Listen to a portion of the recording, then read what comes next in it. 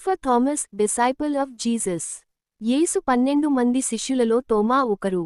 ఆయన నిజాయితీ గలవాడు, ఏది అర్థం కాకపోతే నేరుగా ప్రశ్నించేవాడు. యేసు శిలువపై మరణించిన తరువాత 3వ రోజు లేచి శిష్యులకు ప్రత్యక్షమయ్యాడు. కాని ఆ సమయానికి తోమా అక్కడ లేడు. మిగతా శిష్యులు మేము ప్రభువును చూశామని చెప్పారు, కాని తోమా, ఆయన గాయాలను నేను నా చేతితో తాకే వరకు నమ్మనని అన్నాడు. కొన్ని రోజులకు యేసు మళ్లీ ప్రత్యక్షమై, నీ వేళ్లను నా చేతిలో పెట్టు, ఇకపై సందేహించకు అని తోమాతో అన్నాడు.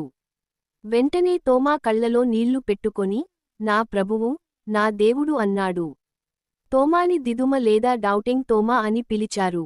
తరువాత తోమా భారతదేశానికి వచ్చి సువార్త ప్రకటించాడు. పేదవారికి సహాయం చేశాడు, రోగులను స్వస్థపరిచాడు, 7 చర్చిలను స్థాపించాడు. అందుకే ఆయనను భారతదేశపు అపోస్తలుడు అని పిలుస్తారు. చివరికి చెన్నైలో ఆయనను కత్తితో పొడిచి చంపేశారు. అయినా ఆయన విశ్వాసం చివరి వరకు నిలిచింది.